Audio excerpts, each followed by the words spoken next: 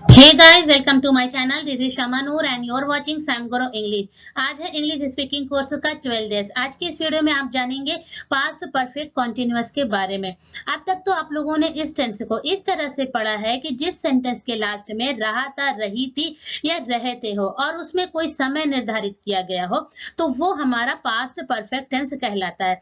लेकिन आइए आज से हम एक नए कॉन्सेप्ट से समझते हैं जिससे एक झलक में हम उस सेंटेंस को देखकर पहचान पाए कि ये पास्ट परफेक्ट कॉन्टिन्यूअस टेंस है।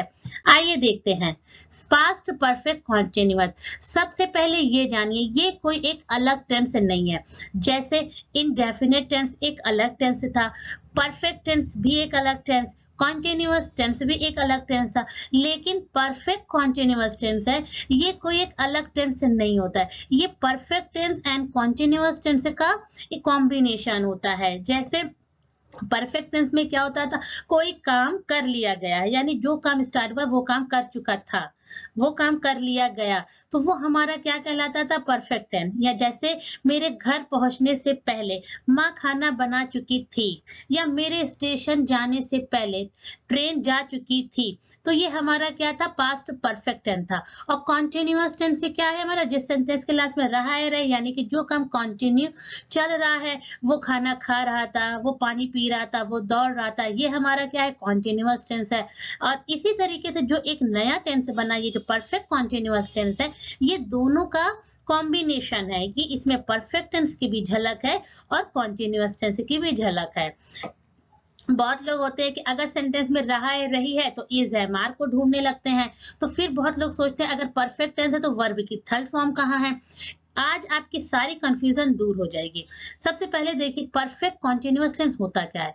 अगर कोई काम पहले से स्टार्ट हुआ है, परफेक्ट मतलब क्या है, कोई काम पहले से स्टार्ट है लेकिन कॉन्टिन्यूअस भी है, तो जो काम किसी समय से चलता चला आ रहा था, यानी वो बीच में रुका नहीं। परफेक्ट क्या होता था कि वो काम कर चुका था, माने जो काम था वो कर चुका था, लेकिन परफेक्ट कॉन्टिन्यूअस में वो किसी समय से चलता चला आ रहा था, वो रुका नहीं है। वो काम चाहे वो जब से, जितने साल से, 2 मिनट से, यानी कि कोई भी समय हो, उस समय से कंटिन्यू चलता चला आ रहा है, तो वो हमारा परफेक्ट कॉन्टिन्यूअस टेंस कहलाता है।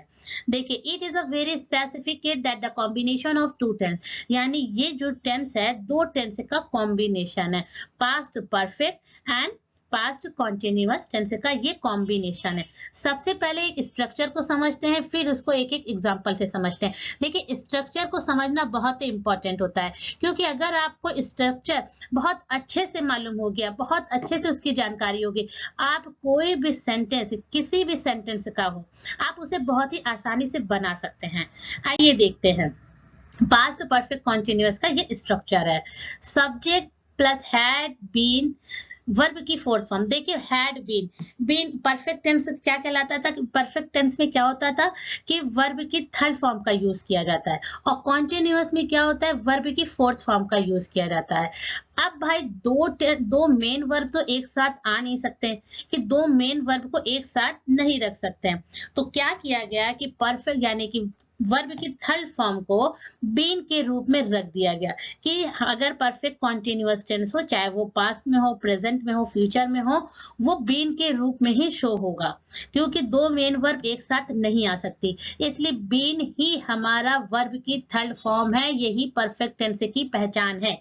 और वर्ब की फोर्थ फॉर्म कॉन्टिन्यूअस टेंस की पहचान है, इसलिए बीन और वर्ब की फोर्थ फॉर्म यानी आईएनजी फॉर्म एक साथ रहेंगे, तभी ये दोनों का कॉम्बिनेशन होगा। बीन, बीन ही हमारा वर्ब की थर्ड फॉर्म है। देखिए subject had plus been, verb की फोर्थ फॉर्म ऑब्जेक्ट सिंस और फॉर प्लस टाइम। देखिए सिंस और फॉर, क्योंकि ये समय को निर्धारित, ये टेंस क्या है, एक जो काम है वो समय से चलता आ रहा है, से यानी कोई काम समय से चलेगा, तो से के लिए सिंस और फॉर का यूज करेंगे। सिंस का यूज कब करना है, फॉर का यूज कब करना है, इसके लिए मैंने एक सेपरेट वीडियो बनाई है, उसे आप एक बार देख लीजिए, आपकी सारी कंफ्यूजन दूर हो जाएगी। वैसे समझ लीजिए सिंस का यूज एक पीरियड ऑफ टाइम के लिए किया जाता है, फॉर का यूज ड्यूरेशन ऑफ टाइम के लिए किया जाता है। अगर आप वो हमारी वीडियो देख लेंगे तो आपकी कंफ्यूजन दूर हो जाएगी। चलिए देखते हैं। सब्जेक्ट हैडंट बीन, वर्ब की fourth form object since for, यानी या तो आप सिंस का यूज करिए या फॉर का यूज करिए, उसके बाद टाइम। ये हमारा निगेटिव सेंटेंस का स्ट्रक्चर है। फिर है इंटेरोगेटिव का structure, had subject been plus verb की फोर्थ फॉर्म, ऑब्जेक्ट सिंस या फॉर का यूज करेंगे, उसके बाद टाइम। ये है WH का इंटेरोगेटिव क्वेश्चन। WH फिर had plus subject been verb की फोर्थ फॉर्म, ऑब्जेक्ट सिंस या फिर फॉर का यूज करेंगे, टाइम। फिर उसके बाद है इंटेरोगेटिव यानी negative interrogative, hadn't subject been verb की फोर्थ फॉर्म, ऑब्जेक्ट सिंस या फॉर का यूज करेंगे, उसके बाद टाइम। WH फैमिली यानी कि जिस तरीके से पहले, तो वैसे इंटेरोगेटिव यानी निगेटिव इंटेरोगेटिव, जब WH फैमिली का निगेटिव इंटेरोगेटिव होगा तो WH पहले आ जाएगी हैडन सब्जेक्ट बीन वर्ब की फोर्थ फॉर्म, ऑब्जेक्ट सिंस या फॉर का यूज करेंगे, फिर टाइम। अब यहाँ पर आप एक समझिए कि बहुत लोग क्या ये किया ही जाता है कि इंटेरोगेटिव में हैडन यानी नॉट सब्जेक्ट के बाद में भी यूज होता है। जब आप कॉन्ट्रैक्शन का यूज नहीं करेंगे, कॉन्ट्रैक्शन जैसे हैडंट या हैवेंट, ये हमारा क्या यानी जब हैडंट नॉट हमारा हैड के साथ ज्वाइन हो जाता है तो वो कॉन्ट्रैक्शन कहलाता है। जब हम कॉन्ट्रैक्शन का यूज करेंगे तो हैडंट एक साथ होगा। जब आप नॉट अलग लिखेंगे तो आप सब्जेक्ट के बाद लिखेंगे, ऐसे नहीं कि हैड नॉट फिर सब्जेक्ट का यूज करेंगे, हैड पहले लिखेंगे फिर सब्जेक्ट फिर नॉट। अगर आप कॉन्ट्रैक्शन यूज कर रहे हैं तो आप हैडंट का यूज कर सकते हैं। अब आइए एक एक एग्जांपल से समझते हैं। पहला है पॉजिटिव सेंटेंस, मैं उसका 2 घंटे से इंतजार कर रहा था। देखिए यहाँ पर जो इंतजार है वो 2 घंटे से चलता चला आ रहा था, वो इंतजार रुका नहीं है, वो 2 घंटे से चलता चला आ रहा था। जिसका इंतजार कर रहा था वो आ गया, तो अब उससे वो क्या कह रहा है, मैं तुम्हारा 2 घंटे से इंतजार कर रहा था। तो या तो फिर ये किसी से बता रहा है कि मैं उसका 2 घंटे से इंतजार कर रहा था, फिर वो स्टॉप कर दिया इंतजार करना, अब उसको लग गया कि अब इंतजार नहीं करना, तो वहां पे। लेकिन प्रेजेंट परफेक्ट कॉन्टिन्यूअस में क्या होता था, वो चलता चला जा रहा था, वो कब तक चलेगा ये गारंटी नहीं थी। लेकिन पास्ट परफेक्ट कॉन्टिन्यूअस में वो किसी समय से चलता चला आ रहा था, बीच में स्टॉप हो जाएगा। लेकिन जब से वो स्टार्ट हुआ तो वहां पर वो नहीं रुकेगा, वो चलता चला आ रहा था। मैं उसका 2 घंटे से इंतजार कर रहा था, I had been waiting you for 2 hours. फिर है वो सुबह से यहाँ का चक्कर काट रहा था, he had been circling here since morning। he had been, देखिए पास्ट में तो आप जानते ही हैं कि पास्ट टेंस में had का यूज करते हैं, सिंगुलर और प्लूरल सब्जेक्ट का कोई हेडेक नहीं होता है। had आपका सिंगुलर सब्जेक्ट में भी लगता है और प्लूरल सब्जेक्ट में भी had का ही यूज किया जाता है। तुम 1992 से इस घर में रह रहे थे, यानी कि कब से, 1992 से, यानी किसी समय वो 1922 से रह रहा था। You had been living in this house since 1992। 2 घंटा ये हमारा ड्यूरेशन ऑफ टाइम है जिसके लिए फॉर का यूज किया गया। सुबह ये हमारा क्या है, पीरियड ऑफ टाइम है जिसके लिए सिंस का यूज किया गया।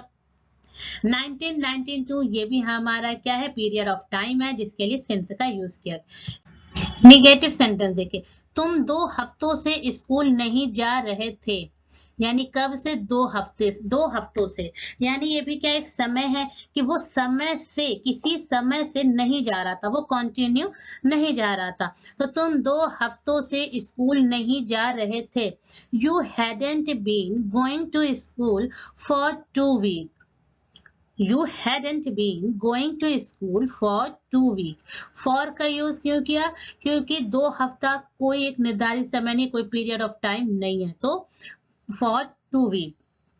2 साल से तुम्हारा रिजल्ट खराब नहीं आ रहा था, 2 साल से तुम्हारा रिजल्ट खराब नहीं आ रहा था, तो your result hadn't been getting bad for 2 years। Your result hadn't been getting bad for 2 years। Interrogative sentence यानी कि प्रश्नवाचक संज्ञा, क्या तुम 2015 से इस दुकान को खोलने की कोशिश कर रहे थे? कब से? 2015 से। यानी जो वो कोशिश कर रहा था वो 2015 से कोशिश कर रहा था और उसने अपनी कोशिश को नहीं रोका। यानी कि ये टेंस हमारा क्या दिखाता है? कॉन्टिन्यूटी को दिखाता है। किसी समय से स्टार्ट है और वो कंटिन्यू चलता चला आ रहा है। तो 2015 से इस दुकान को खोलने की कोशिश कर रहे थे। तो had you been trying to open this shop since 2015। 2015 एक पीरियड ऑफ टाइम है तो उसके लिए सिंस का यूज किया गया। क्या तुम कल से मेरा पीछा कर रहे थे? क्या तुम कल से मेरा पीछा कर रहे थे? यानी जो कल से वो पीछा कर रहा था तो उसने बीच में शायद छोड़ा नहीं, तो तभी वो यहाँ पर क्या है? कल से, यानी कि कॉन्टिन्यूटी को भी दिखाना है। तो had you been following me for yesterday? Had you been following me for yesterday? Negative interrogative sentence. क्या तुम 2 दिन से मेरी जासूसी नहीं कर रहे थे? 2 दिन से मेरी जासूसी नहीं कर रहे थे। तो hadn't you been spying on me to him for 2 days? तो hadn't यानी अगर आपने कॉन्ट्रैक्शन का यूज किया तो आप hadn't का एक साथ यूज कर सकते हैं। अगर आप कॉन्ट्रैक्शन का यूज ना करके नॉट को अलग यूज करेंगे तो had not नहीं बोलेंगे, had you not बोलेंगे, सब्जेक्ट के बाद नॉट को रखेंगे। वैसे तो ठीक होगा, कॉन्ट्रैक्शन का ही यूज करिए। hadn't you been spying on me to him for 2 days? तुम उससे कल से क्यों नहीं बोल रहे थे? कब से? कल से। क्यों नहीं बोल रहे थे? Why had you not been speaking to him for yesterday? तो देखा यहाँ पे मैंने कॉन्ट्रैक्शन का यूज नहीं किया, सब्जेक्ट के बाद नॉट का यूज किया। Why had you not been speaking to him for yesterday? I hope आपको पास्ट परफेक्ट कॉन्टिन्यूअस काफी अच्छे से समझ में आ गए होंगे। अगर अब भी कोई डाउट रह गए हो तो प्लीज इस वीडियो को एक बार फिर देखिए ताकि आपकी जो भी कंफ्यूजन हो, डाउट हो, वो आपकी क्लियर हो जाए।